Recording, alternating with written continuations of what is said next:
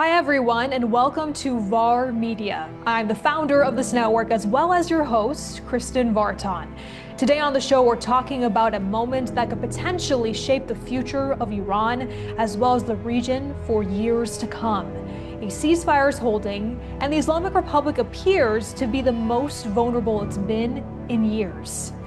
And of course, there's also the Crown Prince Reza Pahlavi, who has been going around Europe meeting with leaders, and he's launched a national cooperative conference to save Iran. There's so much to unpack, and to do it all, I have with me today Dr. Amir Hamidi.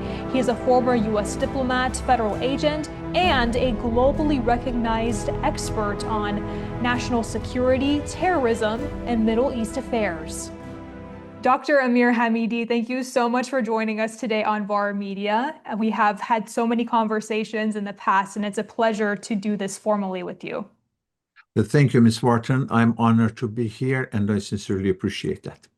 Of course. So we're in a very critical time, but before we jump in, I wanted to ask you a little bit about your background. For those that may be newer to you and what you do and what you have done, can you touch a little bit more on your background as a U.S. diplomat, as well as your experience in law enforcement that would lend to our talk today? Definitely. I have 37 years of federal law enforcement security investigative experience, and I had assignments around the globe. I have done many international operations in 5 continents, and my focus was on global narco-terrorism, money laundering, and try to make our home a safer place to live and work. Wonderful. So let's talk about where we are today. We are at a ceasefire in this 12-day war. Do you believe that this conflict that has gone on for those 12 days, has it put us closer or further from regime change in Iran? You see, this so-called ceasefire has not brought relief to the Iranian people. It has exposed the regime's weakness. Iranian understands the pause in the regime's attempt to regroup, but they also see its ability to recover has been fatally diminished. The people want a regime change in Iran, and also because of the presence of Crown Prince Reza Pahlavi, international outreach and growing support makes people more hopeful. And you did mention the Crown Prince Reza Pahlavi. His efforts have really ramped up in the last couple weeks, in the last month, really. Why do you believe this moment is different when we've had years here and there where we've seen the possibility of regime change? What makes his efforts and the efforts of the Iranian people different today? Because Prince Reza Pahlavi's global engagement from the US Congress to European parliaments and diaspora organization has positioned him as the most credible voice for the democratic transition.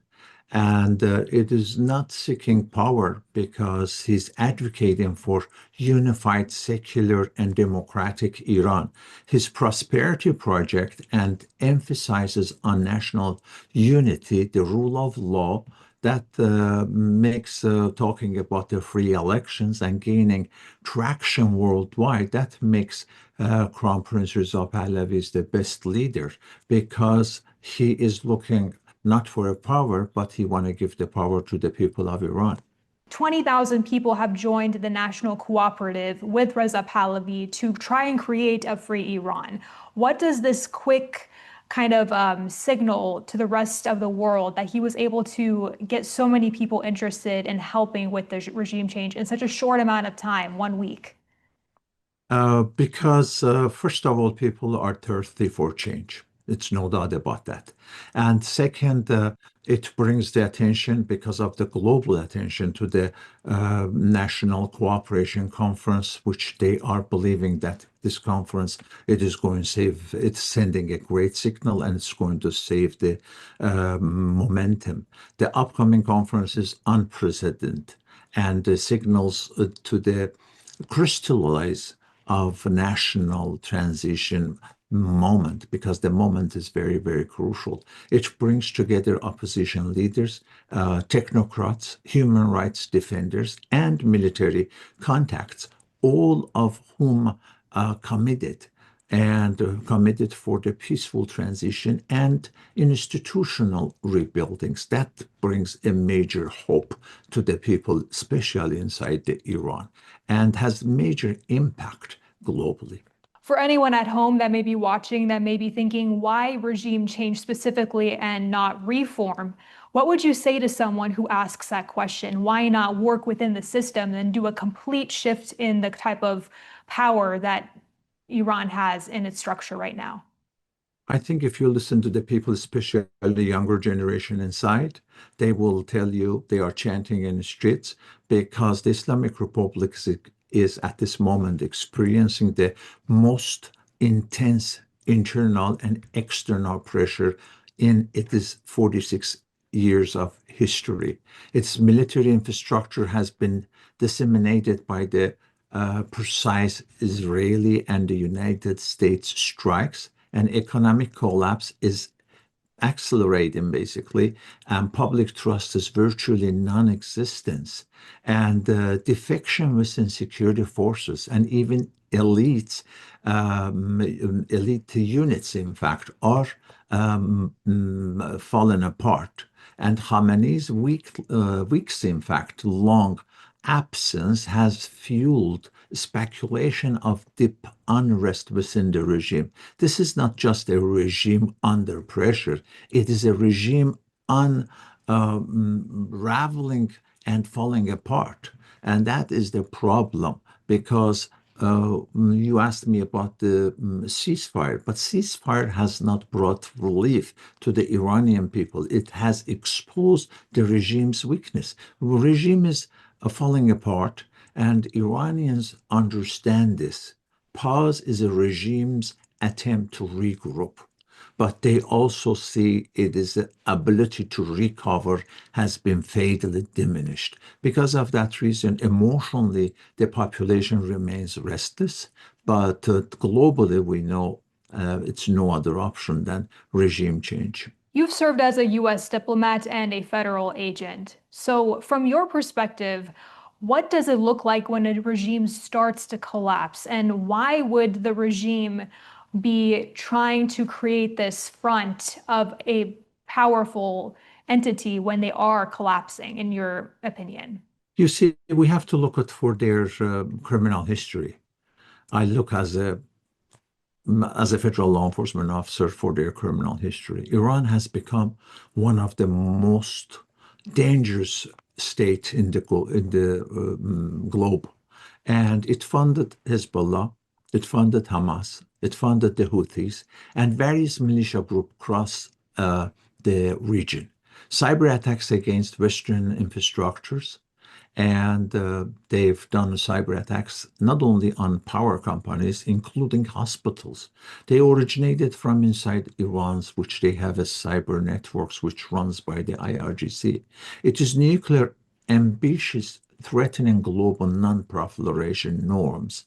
And those are the reason because this regime is not trustworthy, because the IRGC operates in a vast transnational criminal enterprises. This includes smuggling, money laundering, opium trafficking, heroin trafficking, methamphetamine trafficking, arms dealings, distribution, and illegal shipping around the globe. Iran's ports are the key nodes in global narcotics traffickings. For those many global criminal network, because they cannot stay in power, the regime has embedded itself in a black market, economic across the Asia and Africa and Latin America. They are running Iranian government like a cartel. It evades sanctions through the use of front companies, illicit gold trade, cryptocurrencies, and offshore companies. These are they trying to avoid the sanctions, and those are the problem which outside we see they create in an unsafe environment for global population, and internally also we can see the internal regime's complete instability because the signs are being to be controlled from the insides, and they have intelligence leaks inside the IRGC, silent resignations within the key members of the ministries, increasing purge of the paranoia, specifically in past few weeks, and retirement of senior officials in the public life. The national cooperative that Crown Reza Pahlavi launched just a week ago, 20,000 people have joined that. And so clearly with the things you mentioned, as well as this clear call that has been heard loud and clear, there are signs of weakness. So how does this secure channel that he created play into this? And can this system really work, or is it too risky to trust? Crown Prince Reza Pahlavi created the National Cooperation Channel. And this is a strategic, basically, potential to newly launched secure channel for the Iranian military inside and the Iranian intelligence inside, Iranian government employees and Iranian government defectors to find a secure way to join and have communication. Because as you know, in recently we had since war started, no internet communication. Right. Basically, even the people cannot communicate with their own family. But this secure communication channel is a game changer.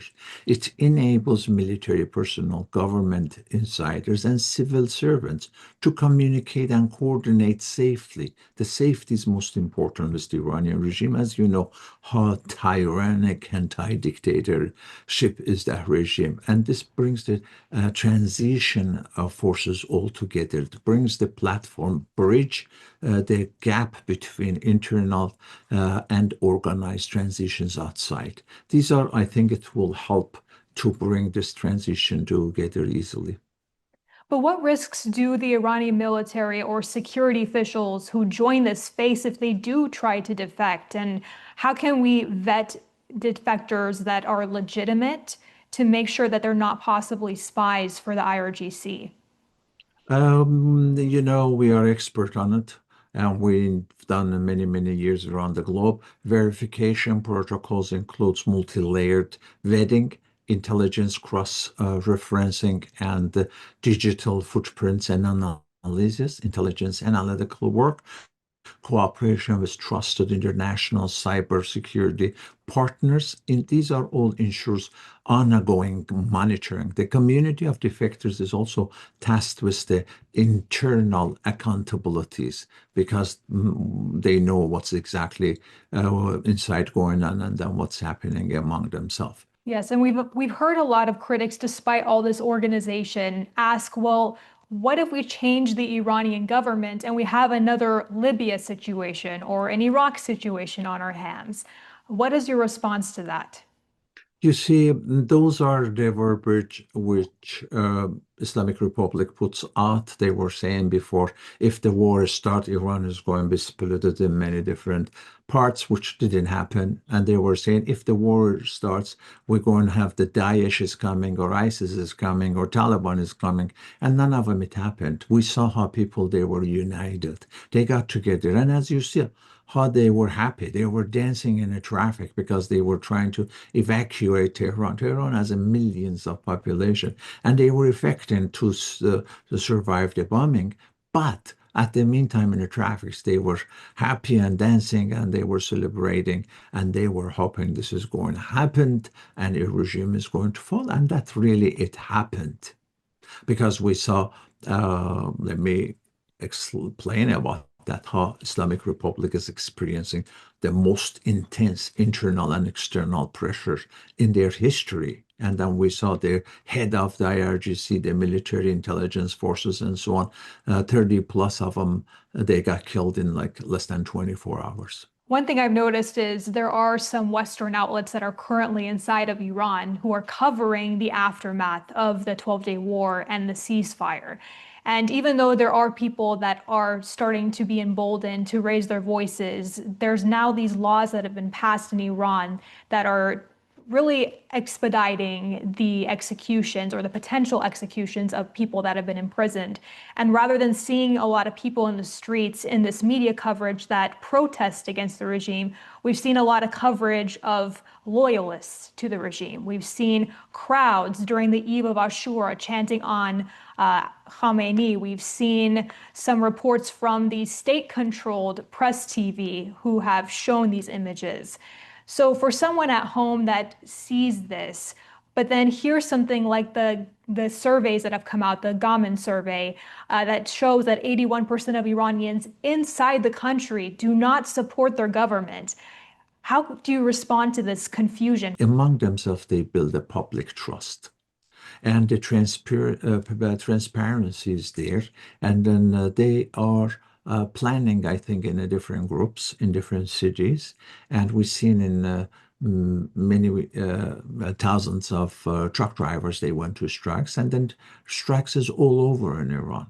But unfortunately, because the internet is not existence in Iran, they can show the news to come out from the real people, not from the massive mass media, which they're not reporting. Because I saw one of our main I don't want to mention their name, but one of our main news media were showing like zooming in like 100 people and then they supporting the regime. That's not really what's happening in Iran. You can just listen in the nighttime from the window and you can see what they chanting and what they asking for. They want a regime change and they want a new regime with the leadership of Crown Prince, and they're looking for secular regime. They're sick and tired of this religious BS ideological.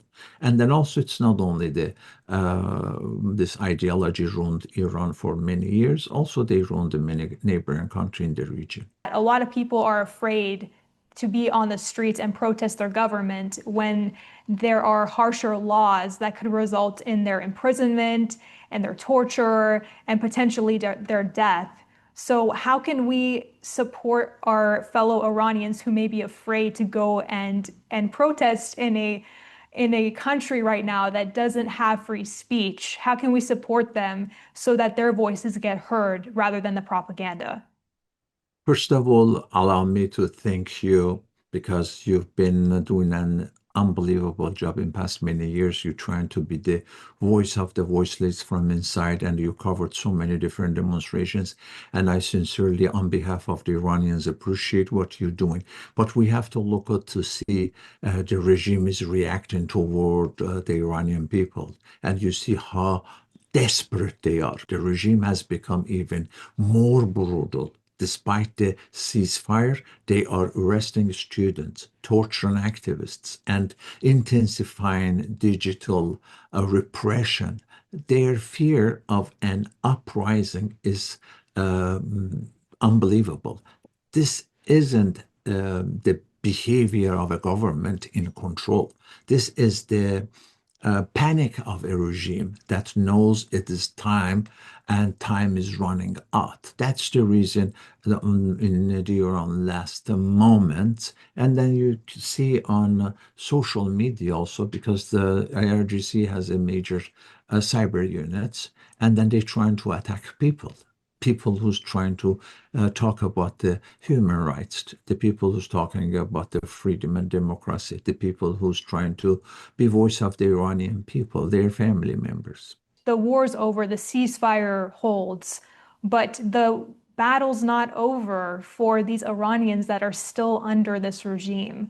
What do you think is next for them? Will we be seeing people to the brink and the point of going out in the streets again and protesting like we saw in 2022 when Mahsa Amini was killed in the hands of the morality police? Will we see people around the world joining them on the streets? What do you think is next? I think absolutely that's going to happen.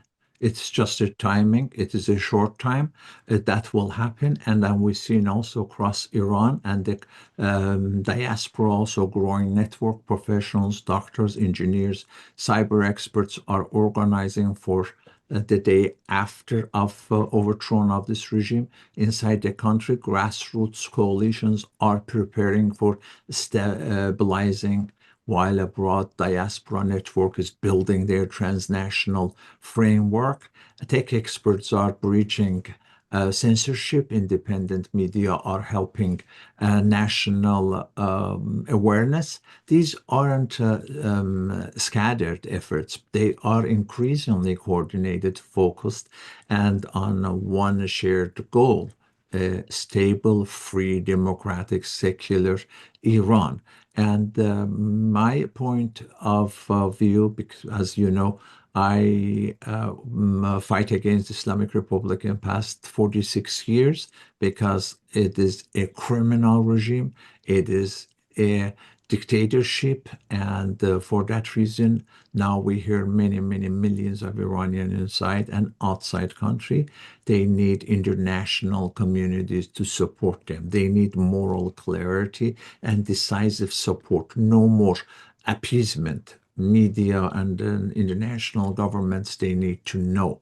And international government, they need to expel the regime's diplomats, recognize the Iranian people's right to self-determination, provide secure tools for communications and organizing them, and above all, stop legitimizing the terrorist regime. Stand openly and firmly with those risking everything for the freedom. These are very, very important. And hopefully, by transition of power, which it's in work, it will, this transition council, which Crown Prince is working on, it will compose and respect the Iranian inside and outside, and then bring all together, will bring a major unity together, and that will prepare for free and fair election. Dr. Amir Hamidi, thank you so much for your time and sharing your expertise with us today. We appreciate you, and good luck with all your efforts in helping with this potential change in power. My pleasure. Thank you so much. Thank you for your time, and I'm honored to be your guest.